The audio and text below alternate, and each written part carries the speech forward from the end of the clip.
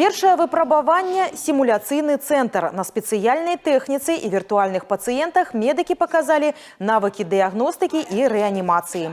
У творчых турах прэзентавалі відэаролікі і выступали на сцене. То, что они проявили инициативу для участия в этом конкурсе, это уже является залогом того, что они уверены в себе, то, что они являются сильными специалистами, то, что они обладают достаточными профессиональными знаниями.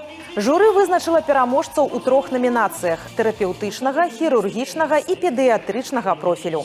Рад, несказанно рад. Конечно, это очень интересно. В первую очередь получил удовольствие от самого процесса, от процесса подготовки. У меня была замечательная команда. Ну и следующий этап – это республиканский.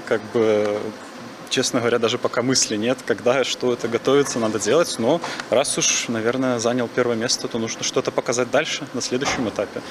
Рэспубліканскі фінал конкурсу прафесійнага майстэрства пройдзе ў красавіку ў сталіцы. А пакуль маладыя медыкі в области вяртаюцца на свае працоўныя месцы, дзе іх чакае галоўная ацэнка ад пацыентаў.